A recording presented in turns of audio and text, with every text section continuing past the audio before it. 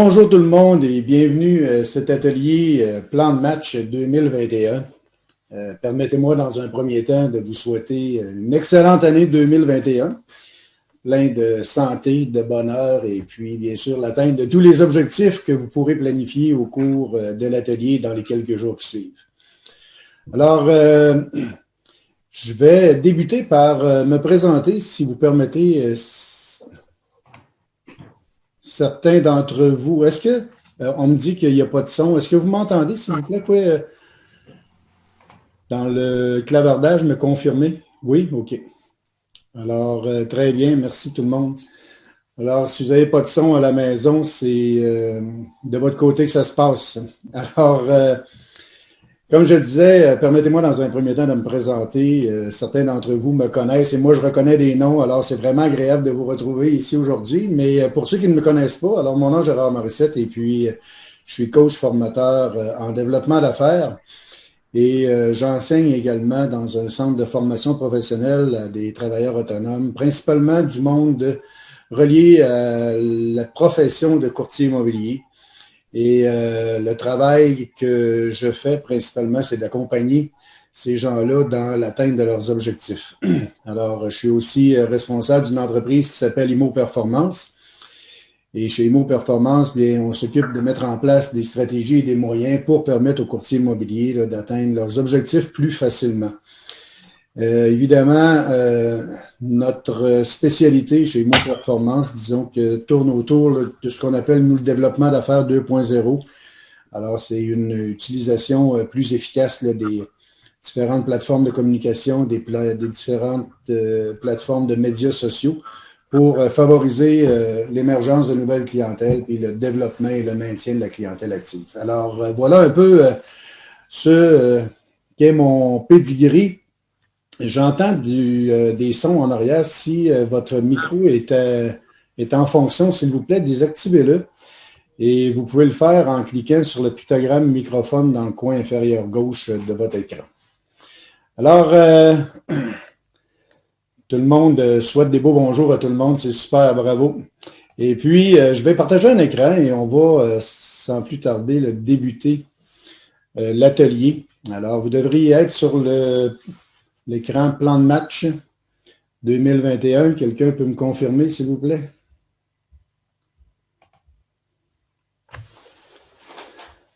Oui, super, merci. Alors, on est au bon endroit. Alors, aujourd'hui, ce qu'on a un peu à l'ordre du jour, présentation, c'est fait. On va faire une petite introduction aux objectifs. Ça peut sembler banal comme activité, mais vous allez voir que ce n'est pas si banal que ça. Par la suite, on va se poser la question, pourquoi se fixer des objectifs? Puis pourquoi est-ce que les objectifs, c'est vital pour le succès, autant au niveau personnel que le succès en affaires?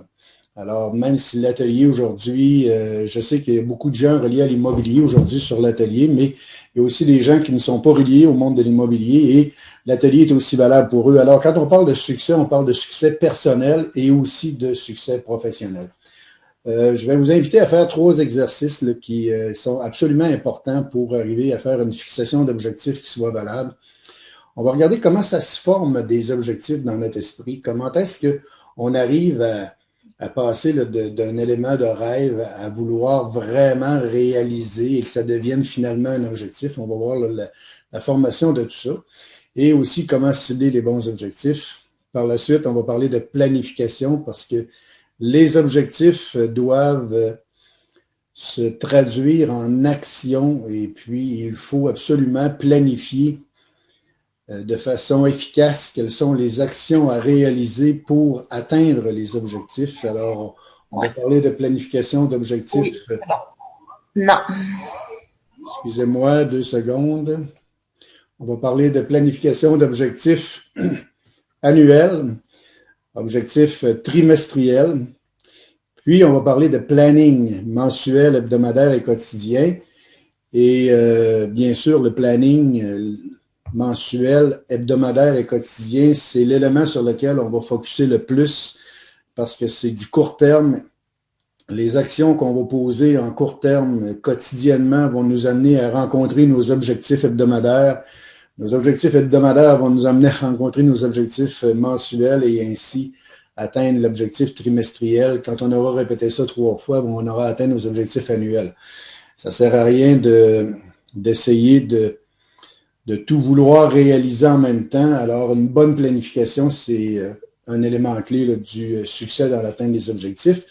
Je vais vous présenter une plateforme qui s'appelle la plateforme Imo Performance. Plusieurs d'entre vous l'avez déjà utilisée ou la connaissez du moins. Alors, si vous voulez y avoir accès, c'est gratuit. Je pourrais vous donner un code d'accès par la suite, suite à l'atelier. Je ferai faire un courriel et je vous permettrai d'accéder à l'atelier pas à l'atelier, mais à la plateforme avec les codes d'accès. Donnez-moi un instant, j'ai d'autres personnes qui se joignent et puis j'entends des sons. Voilà, je pense que c'est réglé. OK. Alors, je vais vous présenter un peu comment est-ce qu'on peut utiliser la plateforme pour bien planifier ses objectifs et s'assurer d'atteindre tout ça. Alors, on part tranquillement. La présentation est faite. On va parler de l'introduction aux objectifs. Alors, la fixation d'objectifs, ça peut sembler être un exercice assez simple, mais rappelons-nous que la plupart des résolutions du nouvel an qu'on considère comme étant des objectifs à atteindre ne se réalisent jamais et passent aux oubliettes à l'intérieur de quelques semaines. Alors, comment on arrive à expliquer que des choses qui, au départ, nous semblent comme étant intéressantes, nous semblent comme étant motivantes ou importantes, que ces choses-là ne se réalisent pas et que finalement, ça passe rapidement là, aux oubliettes et que la vie continue comme elle était auparavant. Alors, on va essayer de se poser ces questions-là. On va essayer d'expliquer comment expliquer que même sachant que l'atteinte d'un certain objectif est souhaitable pour notre santé ou notre bonheur, nous ayons de la difficulté à y arriver. Je prends par exemple des gens, je connais une personne entre autres là, qui a eu un diagnostic de cancer du poumon. C'est quelqu'un qui est fumeur et puis cette personne-là a arrêté de fumer pendant presque 2 mois, mais finalement, elle a recommencé à fumer. Vous savez, il y a des gens qui sont autoprises avec des problèmes de foie, qui continuent à boire et ainsi de suite, mais on ne parle pas strictement de dépendance. Là. Il y a des choses, là, moi j'ai par exemple 10 kilos à perdre et puis je me dis que je veux faire de la marche à tous les soirs pendant 45 minutes, par exemple, et améliorer mon régime alimentaire pour perdre ces kilos, puis j'ai de la difficulté à y arriver également. Là. Alors, on va essayer d'expliquer ce système-là. Il y a des comportements qu'on a à l'heure actuelle qui sont néfastes et puis qu'on a adoptés et qui finalement nous sont difficiles. C'est difficile de se débarrasser de certains comportements. On parle entre autres là, de fumer. C'est un exemple bien concret de ce qu'on parle de comportements néfastes là, qui soient difficiles à enlever. On sait que même si un objectif est désiré à un niveau assez élevé, la motivation à atteindre cet objectif-là s'estompe souvent dans le temps. Alors, on va essayer d'expliquer ça également. Et puis, c'est une drôle de façon de débuter un atelier sur les objectifs parce qu'on va regarder dans un premier temps quels sont les éléments qui font que les objectifs ne se réalisent pas. Alors, on a identifié 9 raisons pour lesquelles les objectifs sont difficiles à réaliser. Alors, on se fixe un objectif, puis si on n'y arrive pas, probablement qu'on va trouver la raison à l'intérieur d'un de ces 9 points. Puis, le premier point, c'est que le plaisir immédiat est plus fort que la résistance nécessaire à l'atteinte de l'objectif. Alors, je m'explique, c'est que, supposons que vous décidez de perdre 10 kilos, pour reprendre l'exemple, et puis vous faites de la marche à tous les soirs, ça va bien. Vous avez un régime alimentaire que vous avez adopté, et puis ça semble fonctionner également, mais un bon soir, vous avez le goût d'une pointe de tarte au sucre ou un morceau de gâteau au chocolat, et puis finalement, vous vous dites le plaisir immédiat d'avoir ce gâteau au chocolat ou cette tarte au sucre, bien, ça devient fort, c'est quelque chose qu'on veut avoir immédiatement. Puis, on ne voit pas non plus quelles sont les conséquences de ce petit geste anodin. Alors, évidemment, on va peut-être succomber à ce moment-là. Et puis, on va appeler ça tricher. On va succomber à ce moment-là. Et on n'a pas réussi à résister à l'envie. Et puis, même si ce petit élément, ce petit morceau de chocolat n'a pas d'impact majeur sur ma perte de poids. Il y a un impact majeur sur comment moi je me sens par rapport à l'objectif et comment est-ce que je vais résister aux autres tentations qui vont arriver dans l'avenir. Alors, vous savez, quand on triche pour la première fois, ça n'a pas d'incidence pour l'objectif à atteindre, mais ça a une incidence au niveau psychologique. Et c'est souvent ce qui nous amène là, à abandonner. Je ne peux pas vous dire le nombre d'années que je me suis inscrit en janvier à des clubs de gym et puis j'avais vraiment l'intention d'y aller 3 fois par semaine. Les journées étaient cédulées. C'était déjà planifié dans mon horaire et puis un beau matin, il fait moins 30. Ça me tente moins d'y aller et puis je me dis, ah, c'est pas grave, j'ai été discipliné jusqu'à présent, même si je saute une fois. Évidemment, ça ne changera pas grand-chose, mais effectivement, ça changeait beaucoup de choses parce que en n'y allant pas cette fois-là et en me permettant de ne pas vivre le froid à l'extérieur puis de rester confortable chez moi, en me permettant ça, bien, je manquais de discipline et puis, évidemment, c'était plus facile par la suite de rester chez moi lorsqu'il faisait moins 15, moins 10, moins 5 même. Alors, plaisir immédiat est plus fort que la résistance nécessaire à l'atteinte de l'objectif. C'est un des éléments majeurs. On ne s'en rend pas compte, puis on n'a pas l'impression que ça va avoir un impact majeur, mais ça en a un impact majeur. L'autre élément, c'est de ne pas vouloir adopter de nouvelles habitudes. Il n'y aura pas d'atteinte d'objectif sans qu'on pose des gestes qu'on ne pose pas au quotidien. Là. Quand on parle d'un objectif, c'est quelque chose qui à l'heure actuelle, on n'a pas et qu'on veut atteindre. Il va falloir poser des gestes. Il va falloir créer de nouvelles habitudes. Et puis parfois, on ne veut pas, on résiste au changement, puis on ne veut pas créer de nouvelles habitudes. Et encore une fois, pour la perte de poids, une habitude à prendre, c'est d'aller faire de l'exercice un peu plus, puis d'avoir un régime alimentaire mieux équilibré. Et puis, c'est des habitudes qui sont vraiment importantes à mettre en place, mais c'est des habitudes qui sont aussi, qui demandent un peu de courage, là, puis qui demandent un peu de résistance, justement. Puis, finalement, on revient à notre état normal, on revient à nos patterns habituels parce qu'on a de la difficulté à adopter de nouvelles habitudes. Un autre point qui est important, c'est qu'on ne sait pas suffisamment ce que l'on veut et on se connaît un peu mal. Là. Puis je m'exprime ici, là. Je m'explique, c'est-à-dire ici, là, on ne sait pas suffisamment ce que l'on veut, c'est normal parce qu'on est dans un environnement actuellement où on est hyper sollicité de toutes parts. Les possibilités devant nous sont illimitées. On peut adopter une nouvelle profession, on peut partir en voyage pour 1 an, on peut décider de se lancer en affaires puis avoir énormément de succès. Il y a plein de choses qu'on peut faire. Il y a tellement de possibilités devant nous que ça devient à un moment donné difficile de dire, mais je vais concentrer mes énergies pour l'atteinte d'un seul point, parce que psychologiquement, on a l'impression qu'on met d'autres choses de côté qu'on ne veut pas nécessairement mettre de côté. Alors, au lieu de ça, bien, on laisse un peu la vie nous amener les événements et puis on va réagir par rapport aux événements qui vont arriver davantage que d'essayer de décider de l'endroit ou de la direction qu'on veut prendre dans la vie.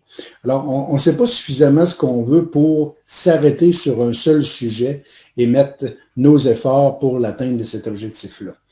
Il y a une façon de faire, on va le voir tout à l'heure à l'intérieur des exercices, il y a une façon de faire pour déterminer ce qui va vraiment être voulu en cours de route, là, dépendamment là, de différents aspects de réflexion qu'on va voir tout à l'heure.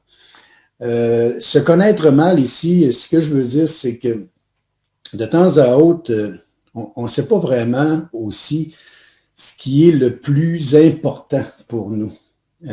Bien sûr, en cours de route, des événements vont se produire, puis on va dire, oui, ça a du sens, ça fait mon affaire, ou ça fait pas mon affaire, ou ça correspond pas à ce que moi je pense, ou ça correspond véritablement à ce que je pense. Et puis, on sait un peu, là, grosso modo, là, quelles sont les valeurs là, qu'on supporte chaque jour.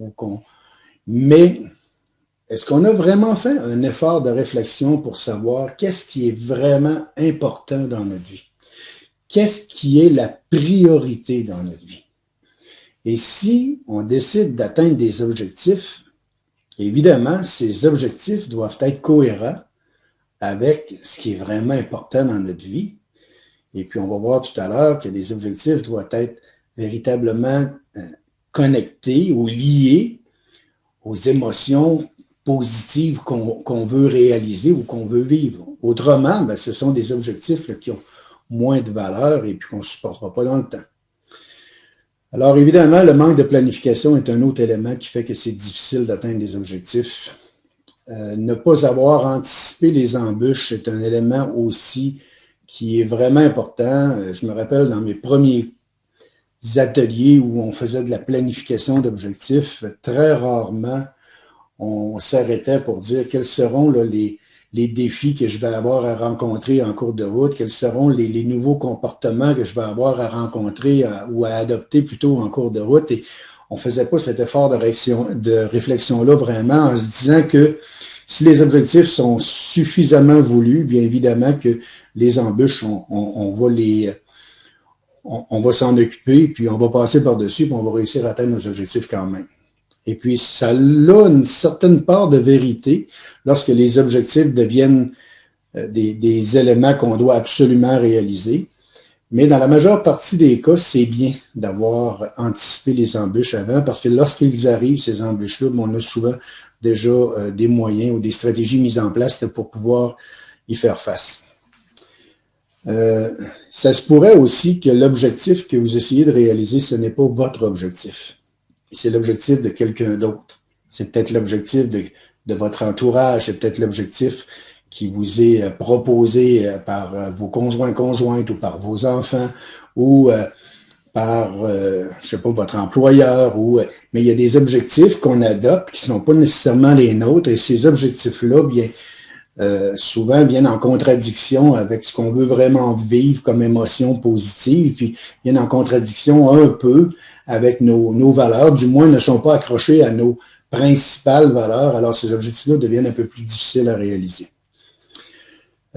Lorsque le désir d'atteindre l'objectif n'est pas suffisamment voulu, évidemment, on fait référence ici à des souhaits plus qu'à des désirs. On va voir tout à l'heure, il y a une différence énorme, mais toutes les fois, vous dites « j'aimerais aller en voyage », bien, il y a des bonnes chances que vous restiez ici, là, parce que « j'aimerais aller en voyage », c'est au conditionnel, et lorsque c'est au conditionnel, bien, on sait qu'il y a des conditions en arrière. Alors, « j'aimerais aller en voyage si », c'est pas suffisamment voulu, là. Lorsqu'on arrive avec « je veux aller en voyage », ça devient beaucoup plus concret et on ressent que c'est beaucoup plus voulu que j'aimerais. Et quand on dit « je dois », à ce moment-là, c'est un objectif qui a toutes les chances de se réaliser.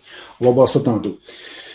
Ne pas vouloir sortir de sa zone de confort est un des éléments aussi qui fait en sorte que ça devient difficile de réaliser certains objectifs. La zone de confort, c'est l'endroit où on est bien, l'endroit, bien sûr, où on est confortable. C'est pour ça que ça s'appelle la zone de confort. Mais si on veut acquérir quelque chose qu'on n'a pas actuellement, il va falloir faire des choses qu'on ne fait pas actuellement.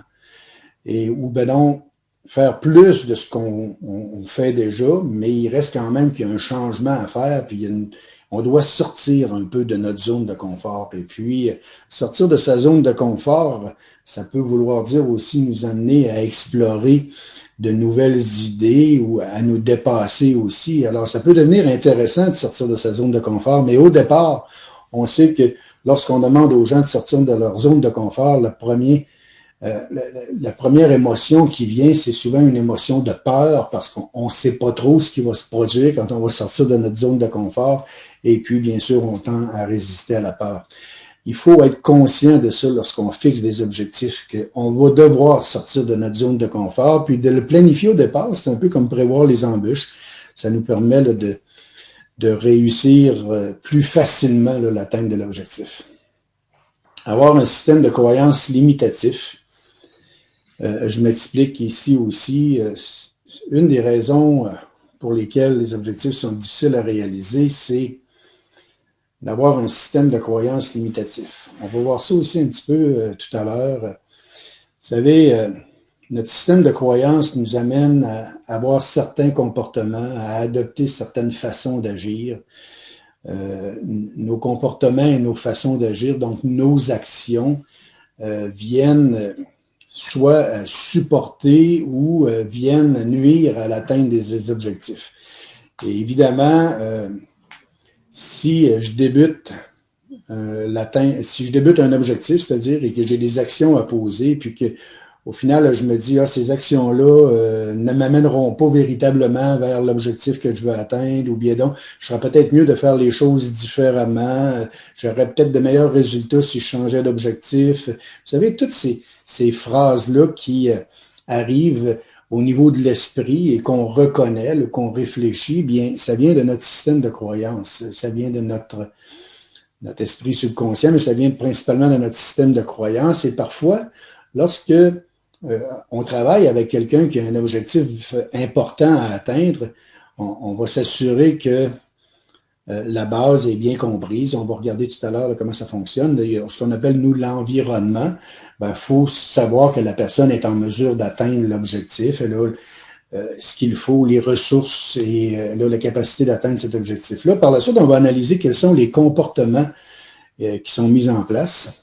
Et puis, on se rend compte souvent là, que les comportements ne sont pas nécessairement cohérents avec l'atteinte de l'objectif qui est prévu. Et lorsque le comportement n'est pas cohérent et que la personne s'en rend compte, bien à ce moment-là, pour l'expliquer, il faut aller voir là, dans le système de croyance qu'est-ce qui amène à agir de telle façon. Alors, avoir un système de croyance limitatif, ça peut être un élément qui vient limiter la réalisation de vos objectifs. Puis c'est important là, de bien comprendre cet élément-là pour savoir si dans votre cas, à vous, c'est quelque chose qui se produit. Vous savez, je parle à des courtiers immobiliers à un moment donné, puis je leur dis, complète la phrase suivante, par exemple, je serai en mesure de faire 200 000 de chiffre d'affaires si. Et là, en plaçant le si, bien, les gens doivent répondre. Là, et je leur donne du temps de réflexion. Là, si j'étais plus discipliné, si j'avais un meilleur réseau. Il y a toutes sortes de réponses qui viennent en ligne, mais au départ, ce qui semblait impossible, je suis en mesure de faire 200 000 de chiffre d'affaires. Pour cette personne-là, ça semblait impossible. Là, elle fait une réflexion en se disant, c'est peut-être possible si.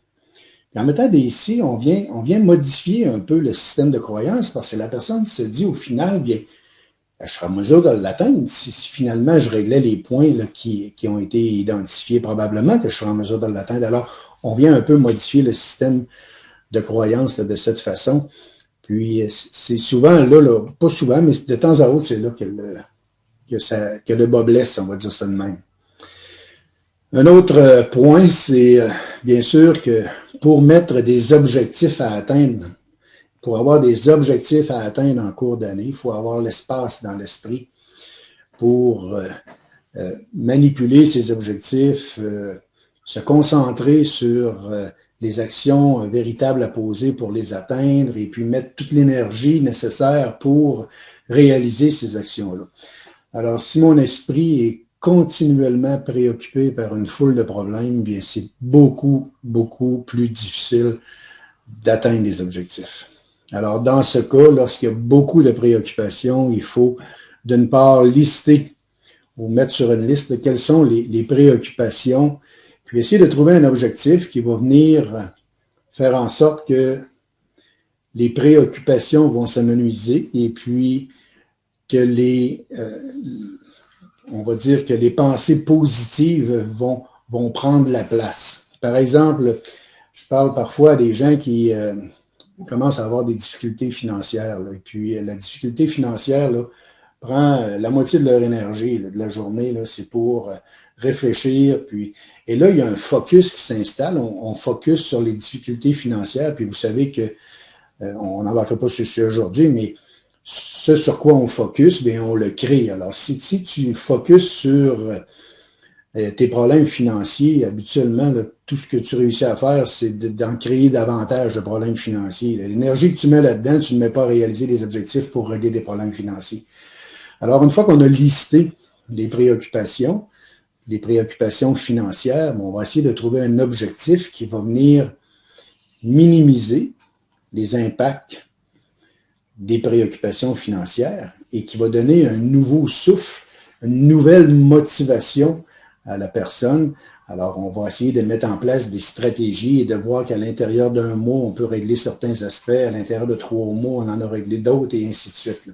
On va mettre un plan d'action en place pour minimiser les préoccupations et bien sûr pour rehausser la motivation. C'est une des choses à faire. Mais si vous avez des préoccupations et que vous avez de la difficulté à atteindre vos objectifs, bien, évidemment que l'énergie que vous mettez dans vos préoccupations n'est pas là pour l'atteinte de vos objectifs. Ça peut être une des raisons pour lesquelles ça devient difficile. Alors, je ne sais pas si à quelque part, il y a 1 ou 2 ou 3 des points qui sont expliqués là-dedans, là, qui vous ont rejoint. Si c'est le cas, bien tant mieux parce que ça met un peu de lumière là, sur le fait que réaliser des objectifs, ça peut sembler facile, mais ce n'est pas toujours facile et pour plusieurs raisons. Donnez-moi un petit instant, j'ai quelqu'un qui... c'est un bon rappel. Oui, peut-être que c'est un bon rappel pour certaines personnes. Madame Saliou, j'espère que c'est à ça que vous faites référence. Alors, OK. Maintenant, ça peut sembler un exercice simple. On pense ici aux résolutions là, qui sont prises rapidement et qui débutent souvent par j'aimerais, les résolutions. J'aimerais perdre du poids, j'aimerais aller en voyage, j'aimerais terminer un programme d'études que j'ai débuté. Il y a toutes sortes de j'aimerais qui vont apparaître. Et puis, la base de la fixation d'objectifs commence par des j'aimerais. Il faut en avoir des j'aimerais.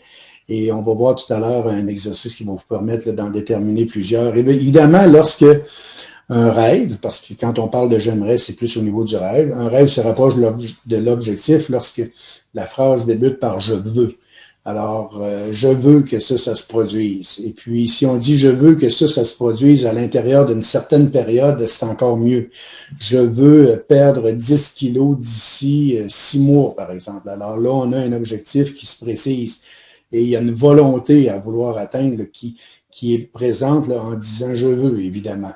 L'objectif est encore plus valable lorsque c'est je dois. Vous savez, vous rencontrez votre médecin vous dit écoute, il faut absolument que tu perdes du poids, là, parce que sinon tu t'en viens avec des problèmes de santé. Alors, vous dites moi, je dois perdre du poids. Et là, ça devient quelque chose qui est beaucoup plus facile à réaliser lorsque c'est considéré comme étant une condition sine qua non.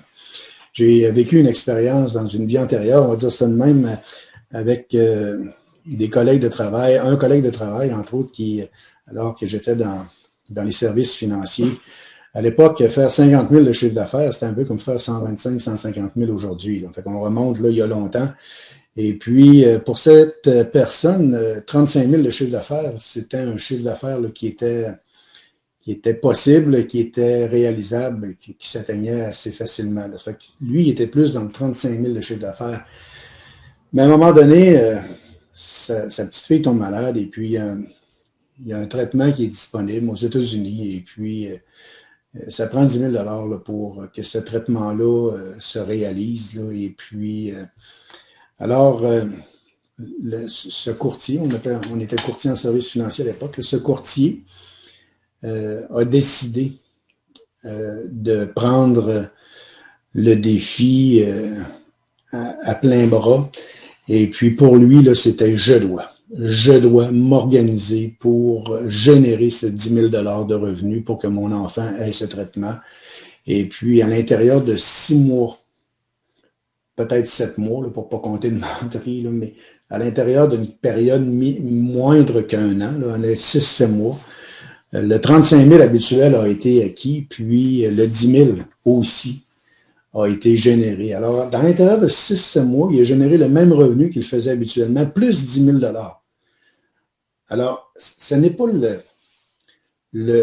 ce n'est pas l'objectif qui est important, mais c'est le pourquoi de l'objectif qui est important. Qu'est-ce que cet objectif-là va te permettre de vivre, va te permettre de réaliser?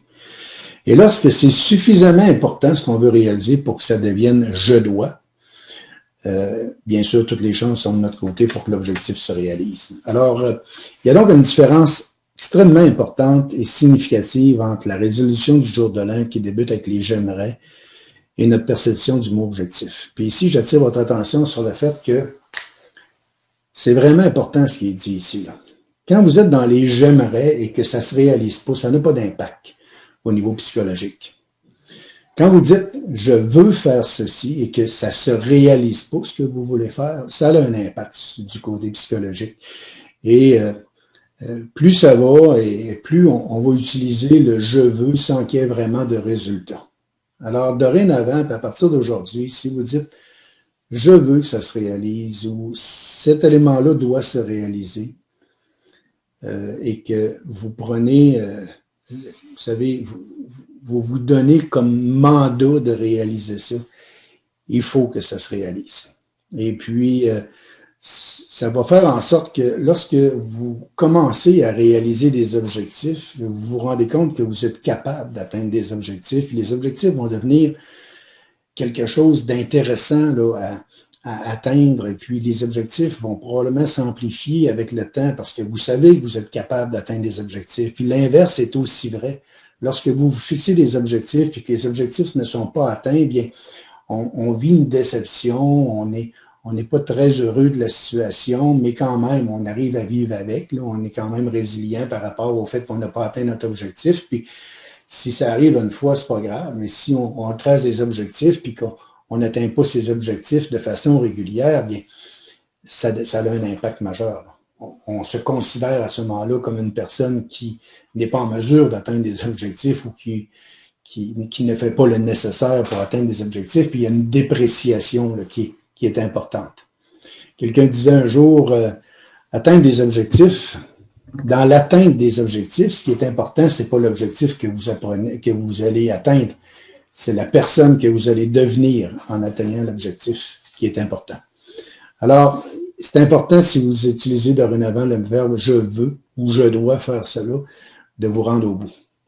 Alors, pourquoi se tracer des objectifs? Bien, si c'est si difficile à atteindre, pourquoi est-ce que je perdrais du temps à tracer des objectifs? Bien, tracer des objectifs, ça vient définir quelle est votre perception du succès.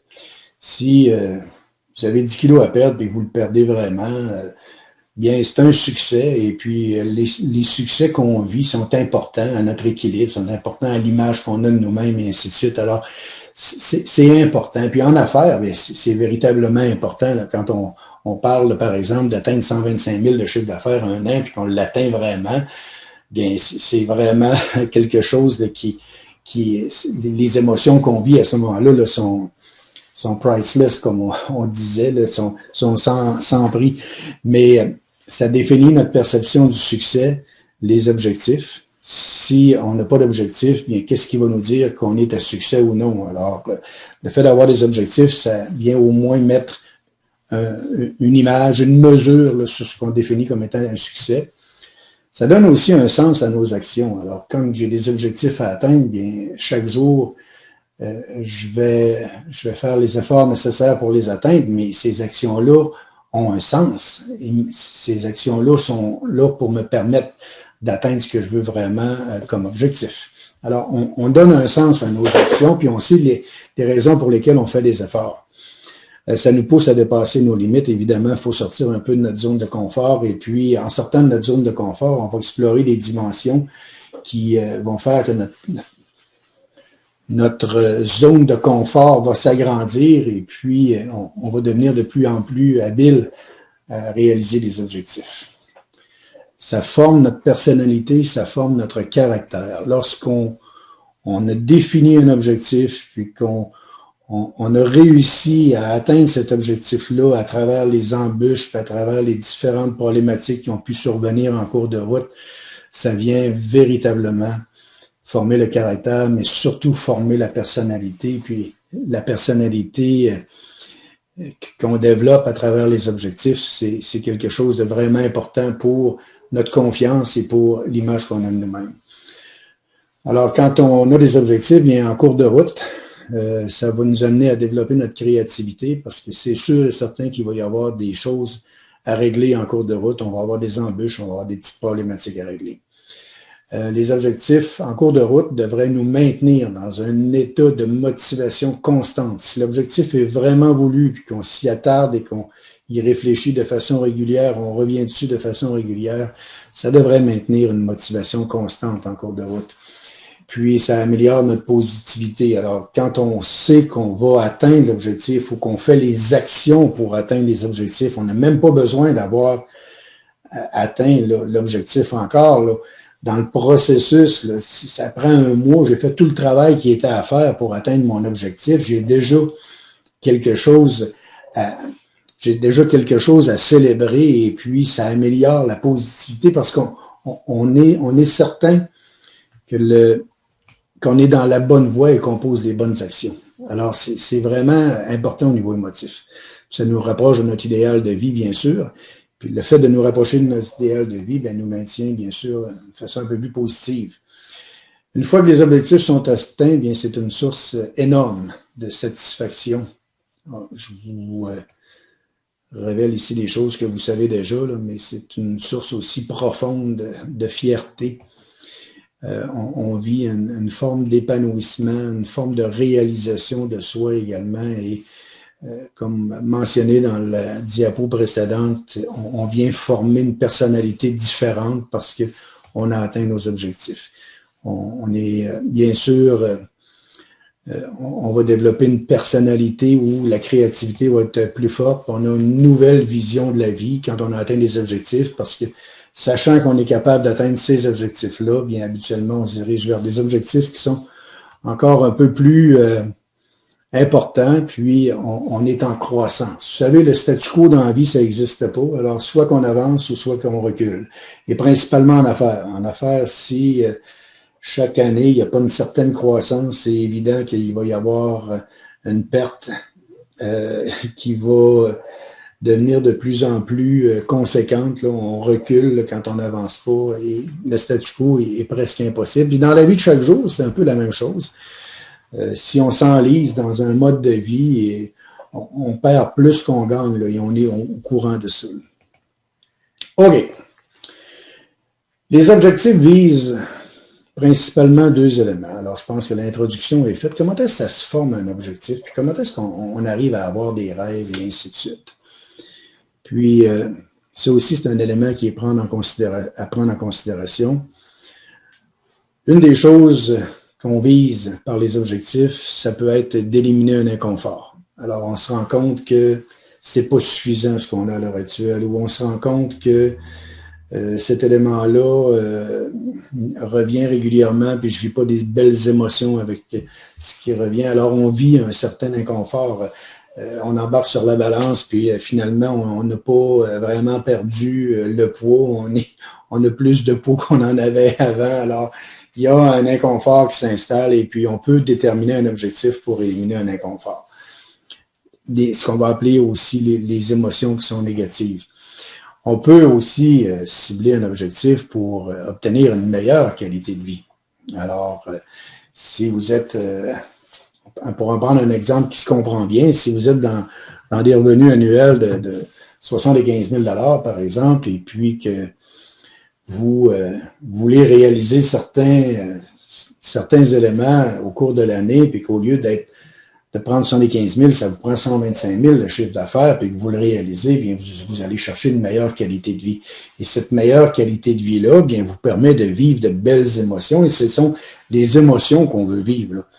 Si vous allez, prenons un exemple ici, si vous allez vous acheter une voiture et puis vous vous êtes donné par exemple 30 000 de budget. On sait qu'il y a des voitures possibles à 30 000 et puis si l'objectif est de me déplacer du point A au point B, pourquoi je ne prendrais pas une voiture à 30 000 Cependant, quand j'arrive dans le showroom ou quand j'arrive au garage et puis que j'entre dans l'entrée principale, bien, il y a toujours des voitures qui sont exposées là, et puis finalement, ça se pourrait que je tombe sur un coup de cœur, là, quelque chose là, qui est wow, la voiture, elle est là, c'est elle que je veux avoir. Et évidemment, le besoin n'a pas changé, c'est le besoin émotif qui a changé simplement, là, parce que là, vous voyez au volant de la voiture toute la fierté qu'il y a à conduire cette voiture-là, puis l'aisance, puis le bien-être que vous allez vivre lorsque vous allez prendre votre voiture, sont des éléments qui sont importants et que vous associez à une meilleure qualité de vie. Alors, on vise à améliorer la qualité de vie, on vise à éliminer les inconforts par les objectifs. Puis ce qui est le plus probant, c'est quand on est capable de joindre les deux simultanément. Alors, si mon auto ne fait plus l'affaire du tout, je reste en panne à tout bout de champ avec. Alors, évidemment, j'ai besoin d'une auto qui est plus fonctionnelle. Je vais éliminer un inconfort, puis en même temps, je vais chercher une voiture qui me procure des émotions vraiment agréables. Je suis très, très proche d'une transaction. Là. On comprend ça. Là. Alors, ce que vous allez identifier comme étant un objectif, au final, se rapporte à des émotions que vous voulez vivre ou à des émotions que vous voulez éviter. Et c'est toujours comme ça. Alors, ce qui est important de découvrir, ce n'est pas le type de voiture à acheter, mais ce qui est important de savoir, c'est quelles sont les émotions que je vais pouvoir vivre avec le bien que je veux acquérir ou avec la personne que je veux devenir ou avec ce que je veux réaliser ou ce que je veux faire. Quelles sont les émotions que je veux vivre à travers ça? Et puis, pour y arriver, bien, on vous propose ici 3 exercices. Évidemment, je vais vous laisser faire les exercices parce que une fois que l'atelier sera terminé, je vais vous faire parvenir à chacun de vous le document sur lequel on travaille à l'heure actuelle, le document que je vous présente à l'heure actuelle. Donc, vous allez pouvoir en avoir une copie et vous allez pouvoir travailler les objectifs directement à l'intérieur du document. Et puis, un des objectifs qui est le plus important, c'est de prioriser chacun des secteurs de vie dans lesquels on interagit presque quotidiennement. Alors, nous, on en a identifié 7, vous pouvez en avoir 8 ou 9. La littérature de temps à autre nous en propose 5 ou 8 ou 10. Bref, c'est d'être confortable avec les sections qu'on voit ici, mais celles qu'on voit ici font habituellement le tour là, de notre quotidien. Alors, ce qu'on veut dire ici, c'est que la plupart de nos heures actives, la plupart du temps actif qu'on a à l'intérieur d'une journée, va être réparti à l'intérieur de ces 7 secteurs d'activité-là. Maintenant, le travail que vous avez à faire, c'est de déterminer lequel est pour moi prioritaire. Et c'est important de sélectionner lequel est prioritaire. C'est important d'en avoir un. Alors, vous ne pouvez pas dire qu'ils sont tous égaux. J'ai jamais vu ça à venir à date. Il y a toujours un secteur là, qui va pointer, qui va devenir prioritaire ou qui va être prioritaire. Ça se peut qu'en cours de route, la priorité change. Alors, peut-être que vous donnez votre pleine énergie à votre profession actuellement, puis finalement, on va prendre un exemple qui n'est pas très agréable, mais si vous faites, vous cassez une jambe, bien ça se peut que ça devienne la santé physique là, qui est la priorité pour une certaine période. Vous faites un infarctus, le médecin vous dit « Hey, là, il faut que tu travailles pas plus que 20 heures semaine », bien peut-être que la profession va passer en deuxième, c'est la santé physique qui va passer en premier. Plus on avance en âge et puis plus on a tendance à vouloir s'intérioriser. Alors peut-être que à un certain moment donné, moi, c'est la famille puis les loisirs qui sont prioritaires. Puis à un autre certain moment donné, ça sera peut-être bien plus mon aspect spirituel. Je parle à des gens qui me disent, moi, je veux commencer à faire de la méditation. Je suis bien quand je fais de la méditation. Bien, si c'est l'objectif principal dans l'année qui vient, bien, tant mieux. Et puis, vous aurez déterminé ce qui est prioritaire. Mais lorsqu'on est dans l'action et plus on est jeune, bien plus on va avoir tendance à vouloir prioriser la profession, la famille, la santé physique, c'est moins important parce qu'on n'est pas vraiment malade. Alors, tant qu'on n'est pas malade, la santé physique n'a pas plus ou moins d'importance. Quoique il y a des gens qui vont accorder beaucoup d'importance quand même à avoir une bonne forme physique et ainsi de suite, même les jeunes personnes, évidemment. Là. Alors voilà, vous avez à prioriser ici.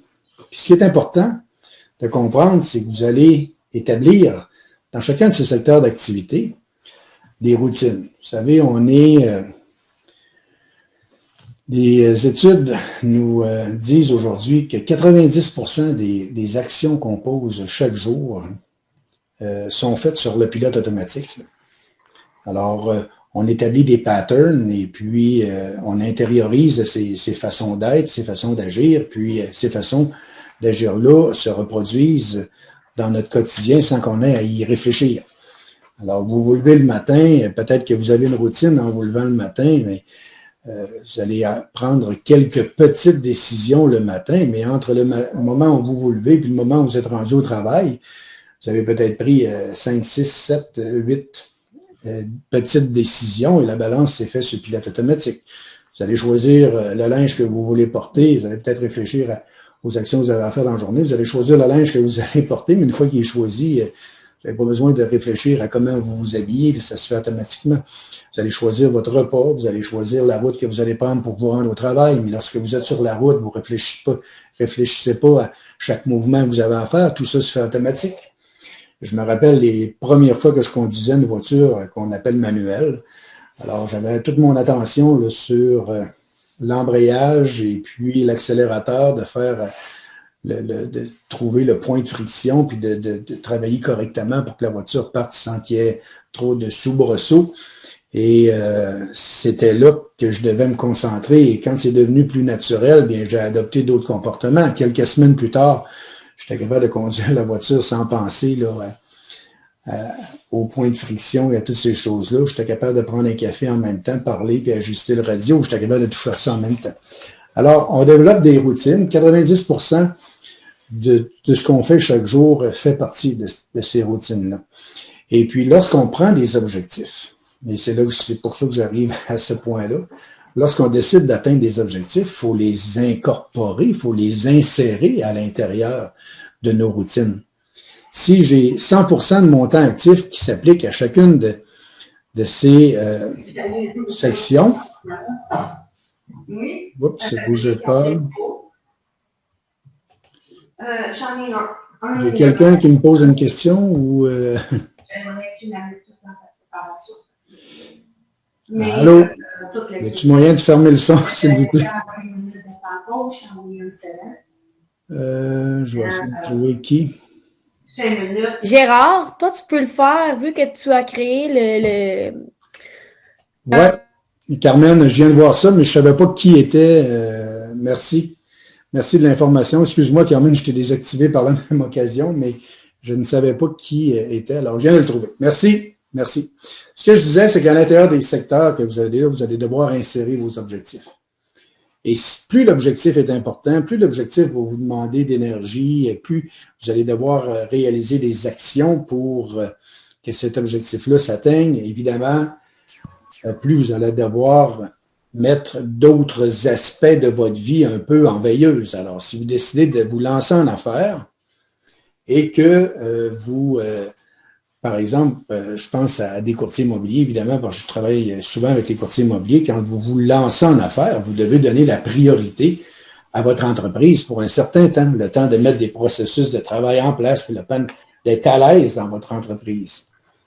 Alors, c'est important là, de bien comprendre que vous avez des choses à intégrer à l'intérieur de votre quotidien pour pouvoir bien réaliser ces objectifs. Mais la priorité, ici, c'est de déterminer quel est le secteur qui est le plus important pour vous. Le secteur 1, 2, 3, et aller ainsi de même là, jusqu'au 7e secteur. Là, vous allez pouvoir faire une première évaluation. Ne vous en faites pas si, à l'heure actuelle, vous établissez vos priorités d'une certaine façon, ça se pourrait que dans 2 mois, les priorités changent. On peut y revenir. Mais au minimum, on est conscient de ce qui est prioritaire. Et si, par exemple, c'est votre famille qui est prioritaire et le temps que vous passez avec votre famille qui est prioritaire, bien, il faut que les objectifs que vous allez cibler soient cohérents avec cette valeur-là, parce que ça devient une valeur. Là. Votre famille est prioritaire. Ça, c'est ce qui est important pour moi. Alors, il faut que les objectifs soient cohérents avec ce que vous allez avoir ciblé comme valeur. Vous devriez avoir des objectifs peut-être dans les 3 premiers secteurs, mais des objectifs sur lesquels vous voulez vraiment travailler, dans les 3 premiers secteurs que vous allez considérer comme étant prioritaires. Les autres secteurs, bien, sont là et on va s'en occuper lorsque le moment viendra, mais ce n'est pas des secteurs qui sont préoccupants pour l'instant. Alors, il faut déterminer quelles sont vos valeurs, quels sont vos secteurs là, qui sont le plus importants. Par la suite, ce qu'on va vous demander de faire, c'est d'identifier les j'aimerais. Alors, l'ensemble des activités peuvent tourner autour des verbes avoir, être ou faire. Si vous dites, par exemple, j'aimerais acheter, je ne sais pas moi, un quadruplex, bien, on est en dessous du vocable avoir, hein, bien sûr, ou acquérir. Si vous dites j'aimerais me construire un chalet, bien, on est au niveau du faire. Si vous dites j'aimerais être plus discipliné, bien, on est au niveau du être. J'aimerais perdre 10 kilos, bien, on est au niveau du faire. Il faut réaliser des choses, là. Il faut faire des choses. Peut-être que je vais avoir une meilleure image de moi si je perds 10 kilos. Ça va venir agir avec le secteur être, mais à la base, c'est faire que ça correspond. Alors, vous pouvez reprendre les 7 secteurs ici, puis vous poser la question dans chacun des secteurs, qu'est-ce que j'aimerais avoir, ou qu'est-ce que j'aimerais faire, ou qu'est-ce que j'aimerais être. Et là, vous allez pouvoir lister des choses. Vous avez 2, 4, 6, 8, vous avez une dizaine de lignes là, que vous pouvez utiliser dans chacun. Alors, si vous les remplissez au complet, vous allez avoir une trentaine de j'aimerais. Là. Et c'est pas une mauvaise chose. Là. On peut avoir plusieurs j'aimerais. Maintenant, on ne se concentrera pas à réaliser les 30 j'aimerais. Là, ce n'est pas ça.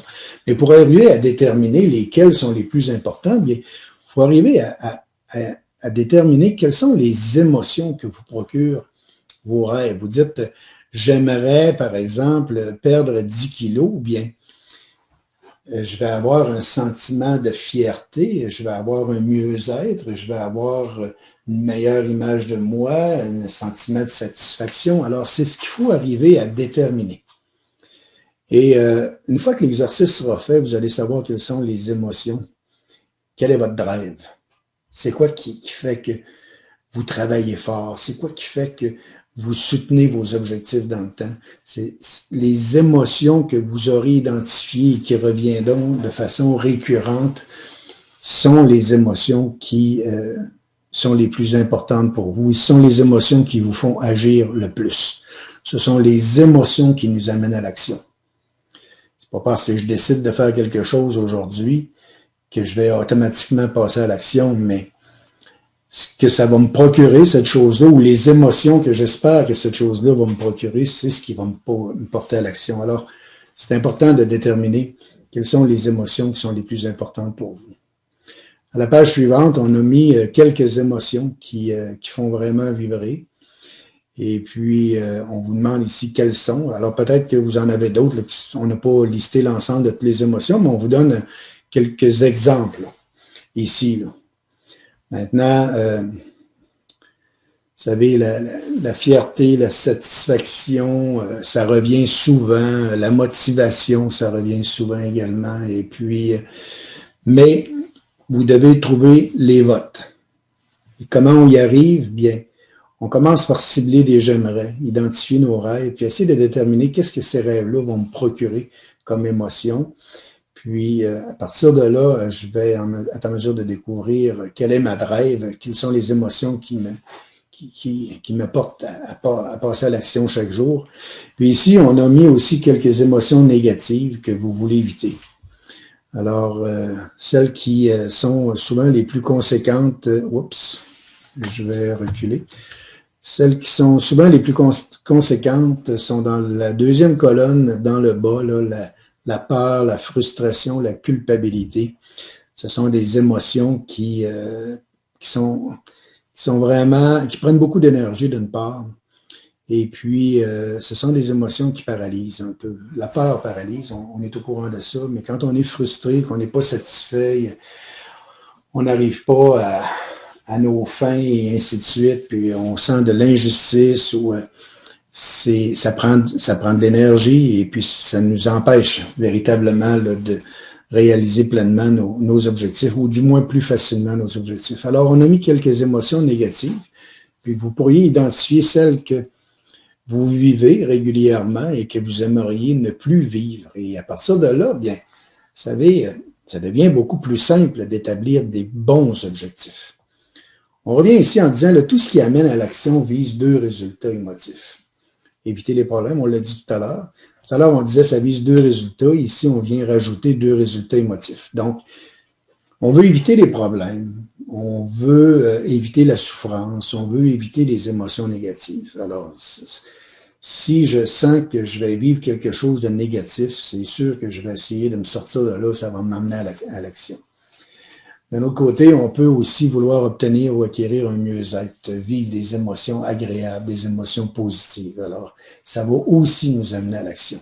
Ce qu'il faut savoir, c'est que l'action, c'est le résultat direct d'une décision. On ne passe pas à l'action tant et aussi longtemps qu'il n'y a pas une décision de prise.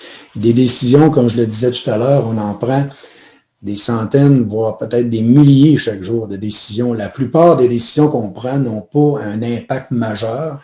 Alors, de décider de m'habiller en rouge, de m'habiller en bleu demain, ça n'aura pas un impact majeur. Peut-être dans mon cas, oui, là, si je m'habille en rouge, ça aura un impact majeur. Mais la majeure partie des décisions qu'on prend n'ont pas d'impact majeur. Mais il y a des micro-décisions qui vont avoir un impact majeur sur l'atteinte de nos objectifs. Alors, si vous prenez la décision de ne pas respecter un engagement que vous avez pris ou une action que vous avez déterminée pour atteindre vos objectifs, si vous prenez la décision de ne pas respecter cet engagement-là, évidemment, ça vous place dans une situation plus difficile. Bon, on l'a dit tout à l'heure, là, dès l'instant où on triche un peu là, dans l'atteinte d'un objectif, bien, ça nous amène à tricher la deuxième fois plus rapidement, puis plus facilement, et ainsi de suite. Puis finalement, on n'arrive pas à atteindre l'objectif.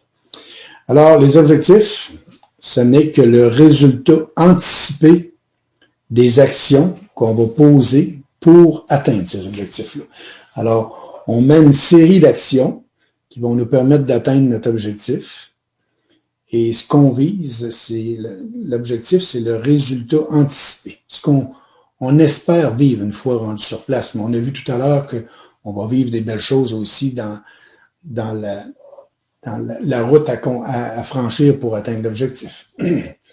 Alors, les objectifs, c'est le résultat d'une ou plusieurs décisions. Puis, ce qui est important, c'est qu'ici et maintenant, vous pouvez décider de construire ce que sera pour vous l'année 2021.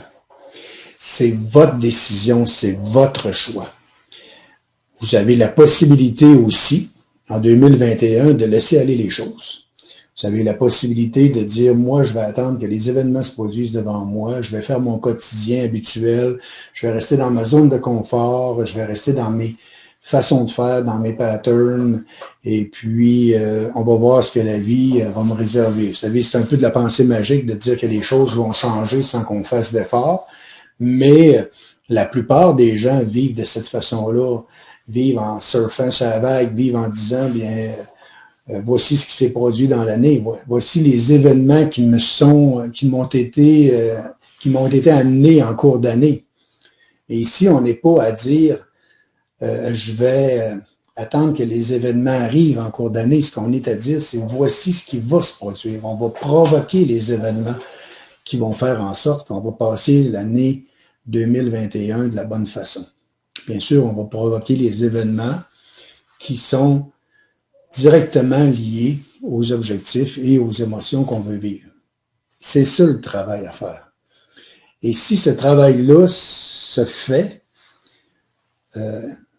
et que vous prenez bien conscience qu'en décidant d'atteindre un objectif, ça devient sine qua non, ça veut dire que vous allez devoir l'atteindre à tout prix et faire tout ce qui est nécessaire pour l'atteindre, vous allez véritablement modifier une foule de choses dans l'année qui vient. d'un point de vue personnel, d'un point de vue de la perception de qui vous êtes, de la personne que vous allez développer ou que vous allez créer en atteignant vos objectifs. Et puis, évidemment, bien, il y a beaucoup d'émotions positives là, qui vont s'en suivre. Mais c'est votre décision aujourd'hui. La première décision à prendre, c'est est-ce que je veux mettre en place des éléments qui vont se produire en 2021? Est-ce que je veux construire ma vie en 2021 ou si je préfère continuer à vivre dans le même système que je suis à l'heure actuelle?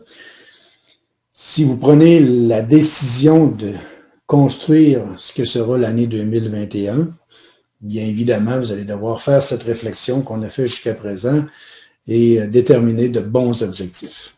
Je vais vous donner quelques idées ici pour vous aider à réaliser vos objectifs. Bien, on dit que pour que ça se réalise, il faut que ça soit cohérent avec vos valeurs, ce qui est important pour vous, directement lié aux émotions positives que vous voulez vivre, favoriser l'élimination d'émotions négatives. Alors, on a parlé de ça jusqu'à présent. Il faut que ça soit considéré comme étant vraiment important. Il faut que ça ait l'air aussi motivant. Donc, c'est relié à des émotions positives, évidemment, que ça va être motivant. Alors, il faut que ça soit vraiment important et motivant. Il n'est pas question d'abandonner l'objectif lorsqu'il a été ciblé. Si vous mettez un objectif puis que vous l'atteignez, vous allez développer l'idée que vous êtes quelqu'un capable d'atteindre des objectifs. Vous allez devenir une personne capable d'atteindre des objectifs.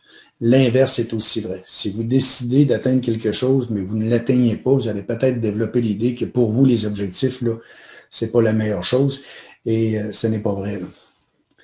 Alors, il faut que les objectifs fassent partie ou fassent l'objet d'une décision que vous avez prise. Il faut que ça soit associé à un plan d'action, un plan de motivation aussi. Alors, le plan d'action puis le plan de motivation. Le plan de motivation est important lorsque les embûches arrivent, lorsque les problématiques arrivent. Là, il faut se rappeler pourquoi on voulait atteindre ces objectifs-là. Et de cette façon, bien, on est en mesure de passer plus facilement à travers les obstacles qui sont présentés. Alors, on va appeler ça un plan de match. Là, un plan d'action associé à un plan de motivation, on appelle ça un plan de match. Un autre élément, d'autres éléments qui vont favoriser l'atteinte de vos objectifs, bien, adopter un processus décisionnel efficace. On parlait de discipline tout à l'heure. Si vous êtes face à un élément qui est incohérent avec l'objectif, si vous avez un morceau de gâteau devant vous puis vous voulez manger ce morceau de gâteau-là, bien, prenez 5 secondes pour juste vous poser la question, est-ce que c'est cohérent avec ce que je veux atteindre? Et puis, si la réponse est non, bien, résistez.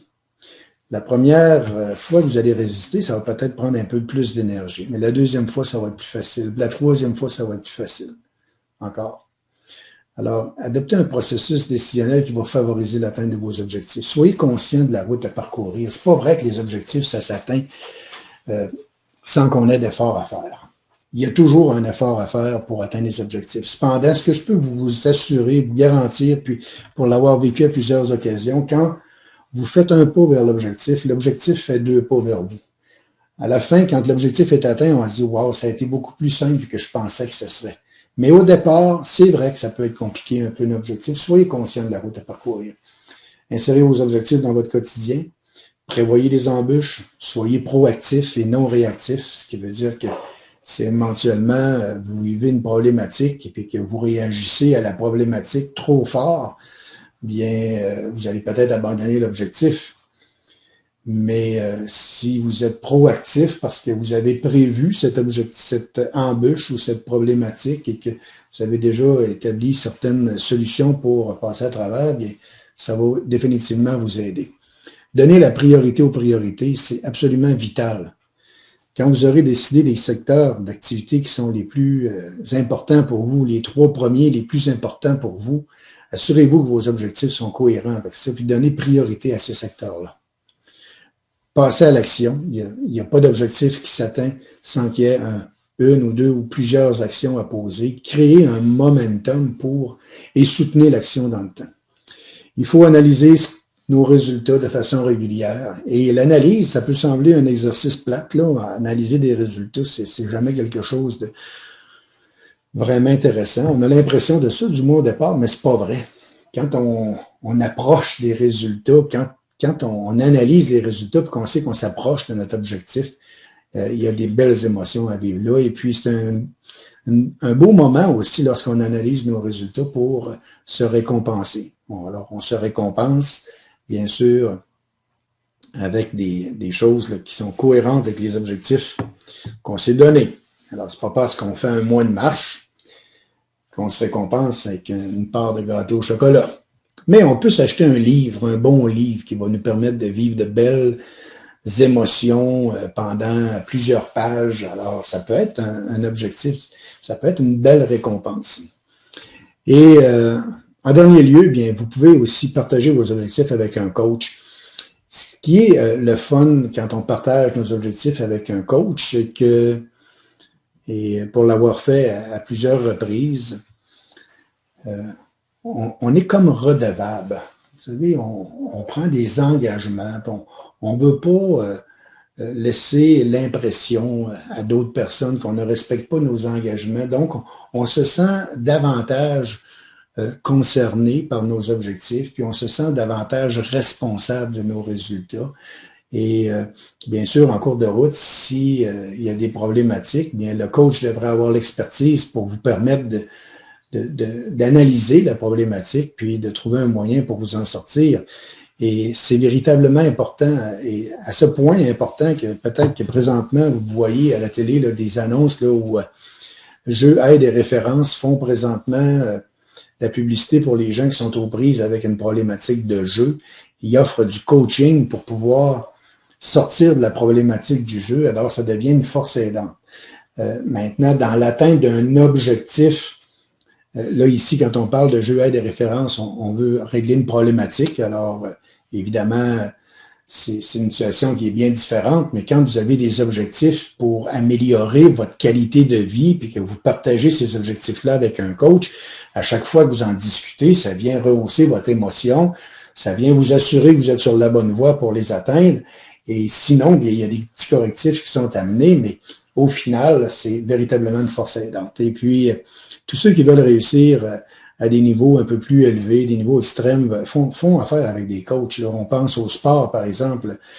On pense à des athlètes là, qui sont rendus au maximum et qui vont, avec l'aide d'un coach, dépasser les limites qu'ils s'étaient déjà mises par elles-mêmes. Vous savez, je n'ai pas les chiffres exacts, là, mais le record du 1000 mètres n'avait jamais été réalisé en dedans d'un certain temps. Puis, à un moment donné, il y a quelqu'un qui a réussi à le réaliser en dedans du temps qui était le record, finalement. Et je ne veux pas interpréter des choses, mais je pense que c'est en dedans de 2 minutes, mettons. Et puis, une fois que ça s'est fait, en dedans de 2 minutes, bien, le record a été battu des dizaines de fois par après. Alors, souvent, ce sont des limites qu'on se pose nous-mêmes, mais avec un coach, on est capable d'arriver à outrepasser. Une fois que vous aurez fait votre travail de réflexion, cette partie-là est longue, là, mais vous savez, on est pour un mois au repos, là, en confinement. Alors, vous avez le temps de le faire. Et une fois que ces analyses sont faites, vous allez pouvoir commencer à travailler vos objectifs. Si vous travaillez avec un coach, je vais revenir un peu sur cet aspect-là. Le coach va principalement vérifier, d'une part, votre environnement. Est-ce que tous les éléments sont en place pour que l'objectif se réalise? Est-ce qu'on a toutes les ressources? Est-ce que la personne est en mesure d'atteindre ces objectifs-là? Et est-ce qu'elle croit, à l'heure actuelle, être en mesure d'atteindre ces objectifs-là? Et puis, on analyse cet aspect-là. Supposons que vous dites, moi, je veux faire 125 000 de chiffre d'affaires cette année. Vous êtes dans le domaine des affaires ou vous êtes courtier immobilier, par exemple, et vous dites, je vais faire 125 000 de chiffre d'affaires cette année. Bien, est-ce qu'on a tout en place pour pouvoir atteindre ce 125 000 de chiffre d'affaires? Puis, quels sont les éléments qu'on a besoin d'avoir en place? On va travailler ça ensemble. Alors, est-ce que vous avez un plan de communication? Est-ce que vous avez un réseau? Est-ce que vous avez une façon de communiquer avec votre réseau? On va analyser des choses. Si vous voulez perdre 10 kilos, par exemple, et que c'est un objectif important pour vous, on va s'assurer que dans votre environnement, bien, tout est en place pour favoriser l'atteinte de ces objectifs-là. Est-ce que vous êtes équipé pour aller faire du sport, aller faire de la marche? Qu'est-ce que vous aimez le plus dans le sport? Puis, est-ce que à la maison, vous avez la possibilité de prendre une plage horaire, par exemple, pour faire ce sport-là? On vérifie l'environnement. Par la suite, on regarde si les comportements sont cohérents avec l'objectif qui est à atteindre. Et puis, en affaires, par exemple, je ne peux pas vous dire le nombre de fois que j'ai proposé à des gens de réserver des plages dans leur horaire pour travailler le développement de la clientèle. Je ne peux pas vous dire le nombre de fois que j'ai dit ça au cours des 10 dernières années. Et ça semble être quelque chose d'extrêmement complexe, réserver des plages dans un horaire pour travailler le développement de la clientèle. On a de la misère à mettre ça dans un horaire. On continue à le faire en improvisant. Ah, je vais faire ça ici, je vais faire ça là. Jeudi, je vais faire ça lundi prochain. Mais dans l'horaire, de mettre une plage, ça semble être quelque chose de vraiment compliqué. Alors, quand on a de la difficulté avec quelqu'un qui ne veut pas mettre une plage dans son horaire, ce qu'il faut faire, c'est aller voir au niveau du système de croyance. Qu'est-ce qui t'empêche de mettre ces plages-là dans l'horaire? Pourquoi est-ce que tu résistes à vouloir adopter un comportement qui va favoriser l'atteinte de tes objectifs? Et là, on creuse. Et souvent, on va trouver des éléments qui sont vraiment banals, des petits correctifs à faire, et puis le comportement s'installe, et puis on favorise l'atteinte des objectifs. Alors, ça sert à ça, un coach, ça sert à vous amener sur le bon chemin. OK. Ceci dit, le travail que vous auriez à faire, c'est identifier 3 objectifs. Le cerveau n'est pas en mesure de travailler sur plus que 3 objectifs simultanément. Si vous en avez seulement qu'un, c'est correct aussi. Si vous en avez 2, c'est bien sûr mieux qu'un, et si vous en avez 3, mieux que 2. Mais si vous en avez seulement qu'un, c'est correct. Si vous en avez seulement qu'un, on va pouvoir mettre l'énergie nécessaire pour, bien sûr, atteindre cet objectif-là. Ici, on les décrit. À la page suivante, il faut prendre conscience que si c'est un objectif annuel, bien, il faudra déterminer quel est le stade qui sera à atteindre après 9 mois, quel est le stade qui sera à atteindre après 6 mois, quel est le stade qui sera à atteindre dans 3 mois, donc la planification trimestrielle, puis qu'est-ce que je dois faire ce mois-ci. Alors, c'est ça qui est à faire pour chacun des objectifs. Alors, le premier objectif, on le décrit. On y met une date d'échéance. Par exemple, si je dis que je veux perdre 10 kilos, c'est peut-être pas sur une période d'1 an, c'est peut-être plus sur une période de 6 mois, ou 3 mois, ou 4 mois. Si je veux faire 125 000 de chiffre d'affaires, bien, quand on parle de 125 000 de chiffre d'affaires pour quelqu'un qui est en affaires, ou 2 millions de chiffre d'affaires, peu importe, et ça prend une échéance. Alors, on va essayer de placer des objectifs avec une échéance qui ne dépasse pas 1 an. Alors, le 1 an, c'est la vision à long terme. Je veux faire 125 000 de chiffre d'affaires. Mais on ne se concentrera pas sur cet objectif-là. Ça ne sert à rien d'avoir... on peut vouloir réaliser quelque chose dans 1 an, mais on va se concentrer davantage sur les objectifs à réaliser au cours des 3 premiers mois.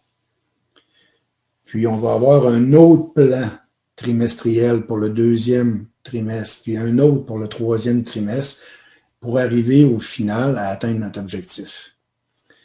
Il y a plein de choses qui peuvent se produire entre aujourd'hui et les 12 prochains mois, là, dans la période entre aujourd'hui et la fin de l'année 2021. Et puis, on pourrait planifier aller en voyage en septembre, mais on va commencer véritablement à regarder le voyage quand on sera rendu peut-être en juillet. C'est là qu'on va commencer à dire, ben là, ça sera le temps de planifier nos affaires en juillet ou en août. Fait on planifie quand on se rapproche là, de l'objectif lorsque c'est un voyage. Quand c'est un chiffre d'affaires, on parle d'un objectif qui va se réaliser dans 1 an, mais si je veux faire 100 000 de chiffre d'affaires sur 1 an, dans le premier trimestre, il faudrait que je fasse 25 000 de chiffre d'affaires. On va se concentrer sur le 25 000. Alors, le premier objectif, vous décrivez son échéance. Est-ce qu'il y a une dépense rattachée à cet objectif-là? Si vous voulez aller en voyage, vous allez avoir un budget inséré. Par la suite, vous allez décrire quelles sont les tâches qui sont à réaliser pour atteindre cet objectif-là. Je veux perdre 10 kilos, mais il faut que je fasse de la marche. Alors, il va falloir que peut-être que je m'achète des souliers de marche là, ou des bottes qui vont être en accord avec la température que j'ai actuellement. À quelle fréquence est-ce que je vais faire de la marche? Et puis, quelle est l'échéance que je me donne pour perdre mon 10 kilos? Est-ce que j'ai d'autres choses à faire au niveau des actions? Et est-ce que j'ai à adopter, par exemple, un régime alimentaire? Et puis, quelle est l'échéance que je me donne pour avoir ce régime alimentaire-là? C'est ce genre de réflexion-là. On sait qu'un objectif amène des tâches, alors il faut réfléchir aux tâches qui sont à réaliser, puis les insérer à l'intérieur d'un programme. Le deuxième objectif, c'est le même système. Le troisième aussi, même chose. Et puis, on va se concentrer sur le planning trimestriel. On va ramener ça sur ce qui est à faire dans le mois qui vient. Alors, dans le mois de janvier 2021, quelles sont les choses que je devrais faire?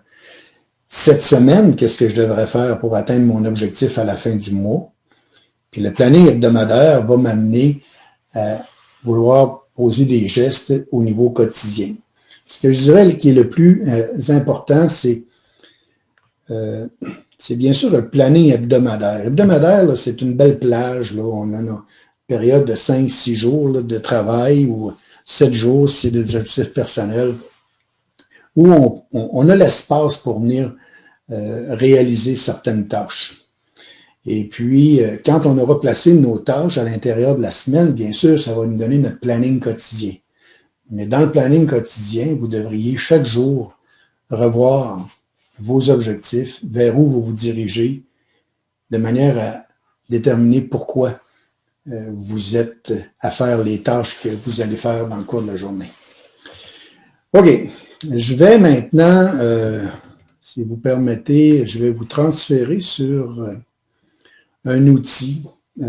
Puis l'outil est disponible pour tout le monde, là, et tout ce que vous allez inscrire à l'intérieur de cet outil dans vos projets demeure personnel. On a déjà une soixantaine, 70 personnes là, qui travaillent avec l'outil.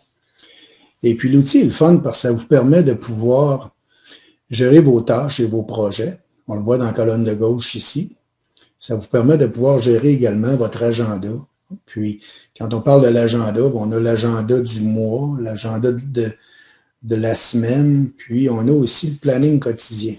Alors, quand vient le temps de faire le planning quotidien, à ce moment-là, bien, on se dirige plus ici, là, où on voit l'heure.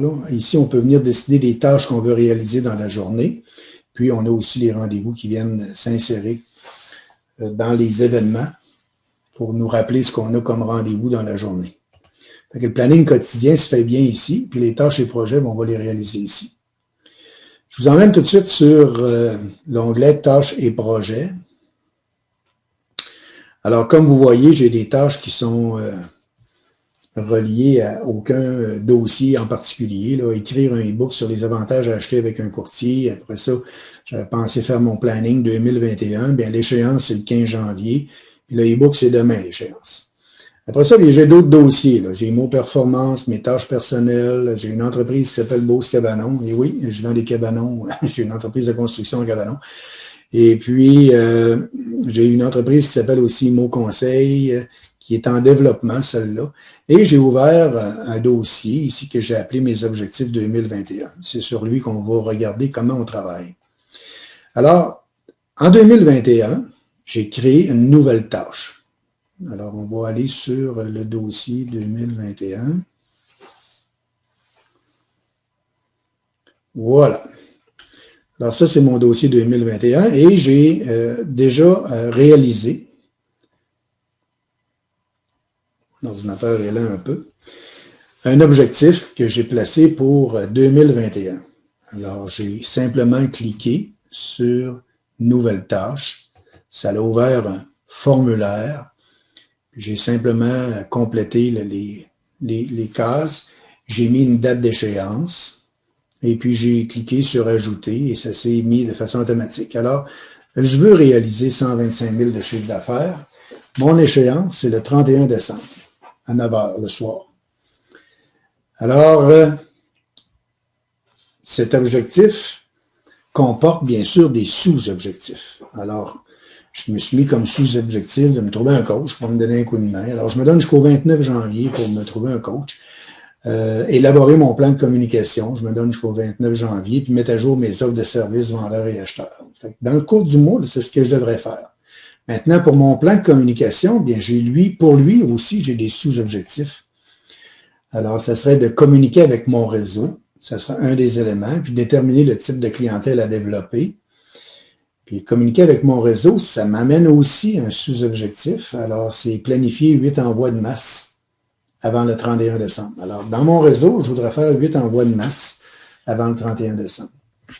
Vous voyez on a un objectif principal qui vient se diviser en objectif mensuel.